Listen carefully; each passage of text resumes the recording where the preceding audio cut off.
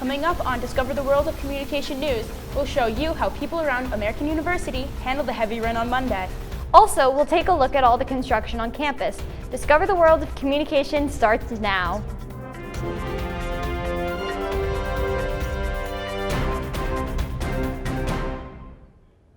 Good Friday morning. I'm Elizabeth Aston. And I'm Brooke Vogel.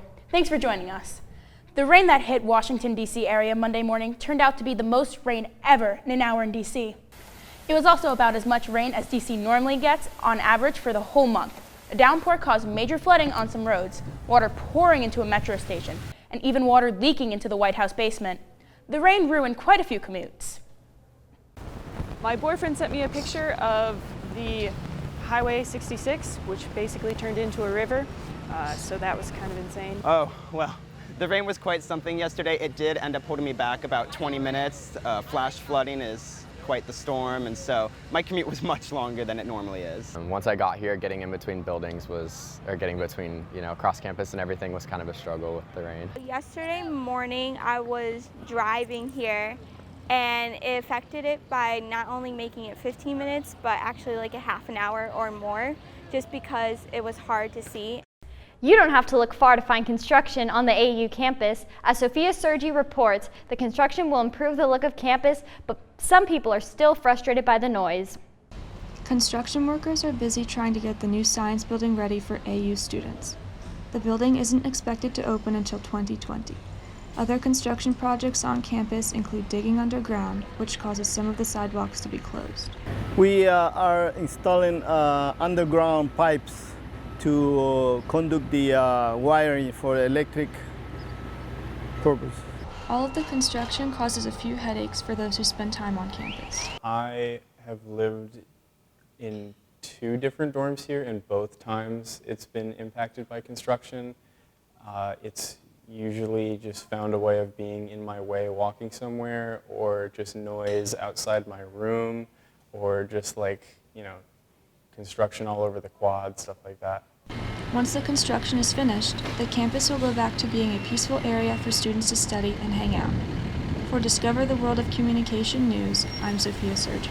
Here at American University, residence halls are slowly but surely being renovated to create more modern living spaces for students.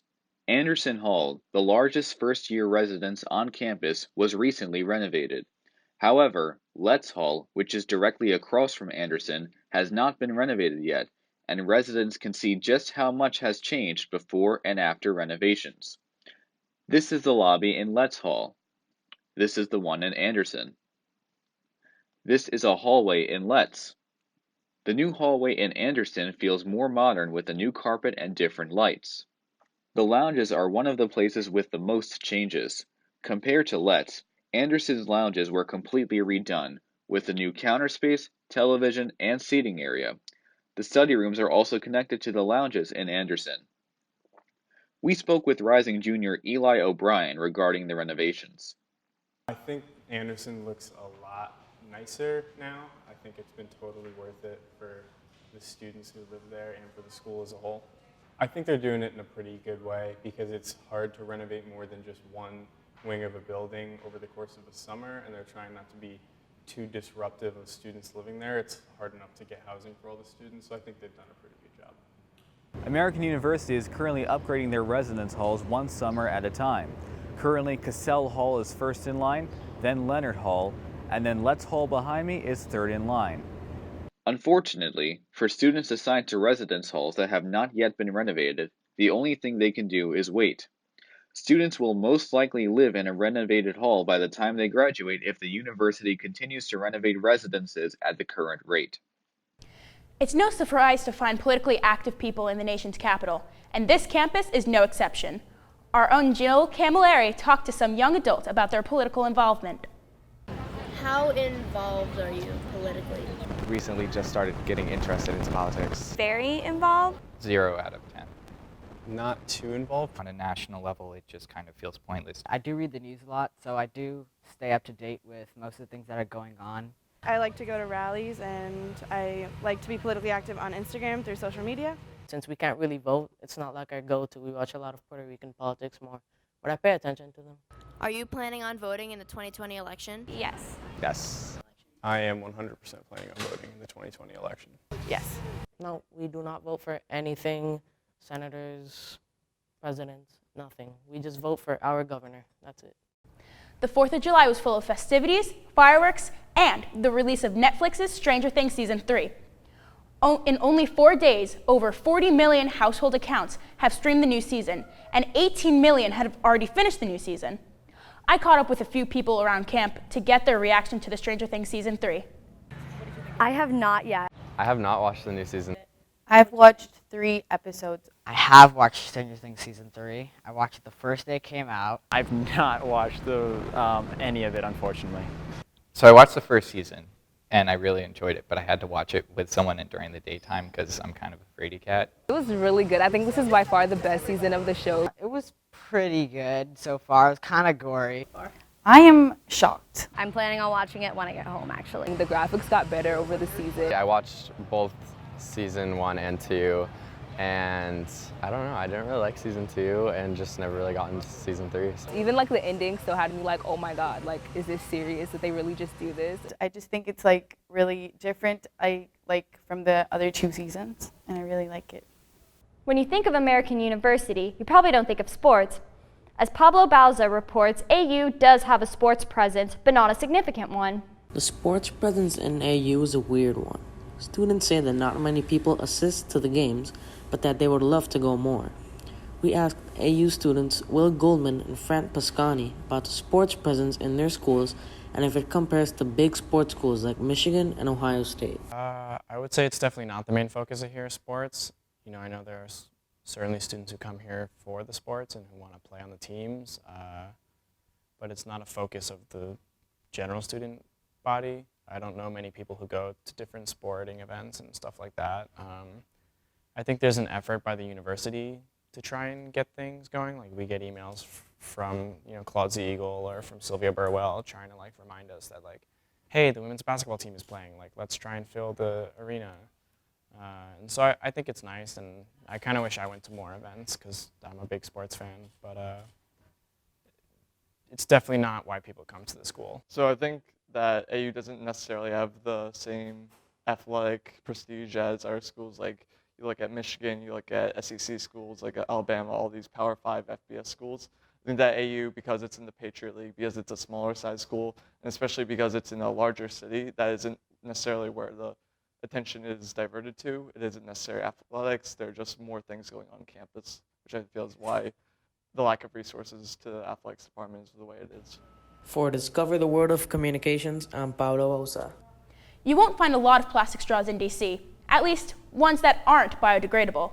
As Ayan Patel tells us, a new law is now being enforced that bans plastic straws.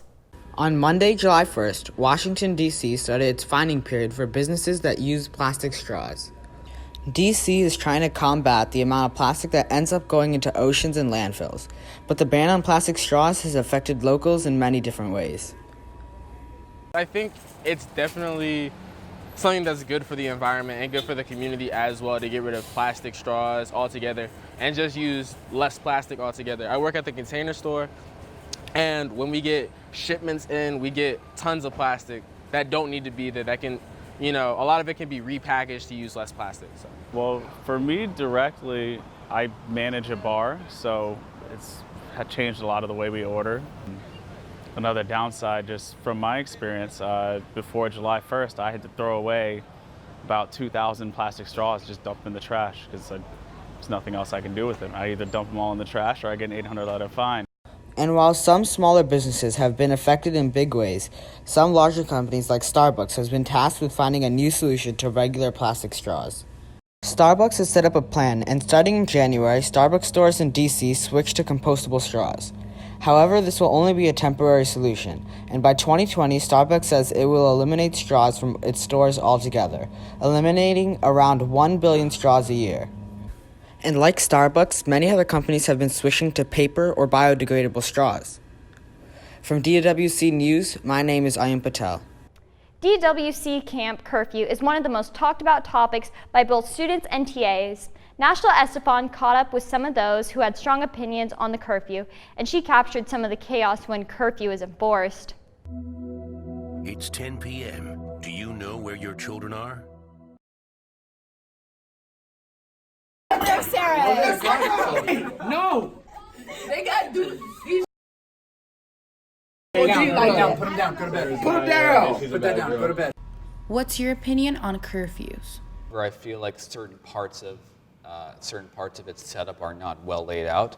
I believe for one, curfew should be a little later, and even if they want to continue having curfew at an earlier time, that it shouldn't be a curfew that you need to be in your room, but maybe necessarily just limit you to the floor that you're on. The curfew sometimes is a little early, but I think that my job would be kind of impossible without it because I'm legally responsible for at least my group, and it's a 24-hour thing, so with no curfew, I would literally not be able to rest. I understand why the program has them because they're liable for us. They need to make sure we're okay and we're safe, and they want us to be like up on time for classes. So they want to have us all accounted for, which I completely understand, but at the same time, I feel like this program is supposed to be like kind of like a stepping stone towards college, and when you're in college, you're not going to have somebody telling you be in your room by 10 o'clock. You're just going to have to figure it out. I understand why we have curfews. I just don't think they should be as early as they are because it limits how much time we can hang out with our friends after class, because class already ends later than most of us are expected to as is. We have classes every day. The students have very packed days, and I think it's good to have a time set for students to be able to unwind, chill in their beds. Do you think curfews are needed? Curfews are definitely needed because we are not college students, and some people quite honestly just don't have the maturity level to be able to have that responsibility to be out alone on their own at certain hours at night. I think they are needed. If I were a student, they would probably really annoy me having to be in my room, and it's kind of a frustrating thing, but I think they're needed just because, we're legally responsible for you guys, so we need to make sure that we have some time where we know exactly where you are and we don't have to monitor you.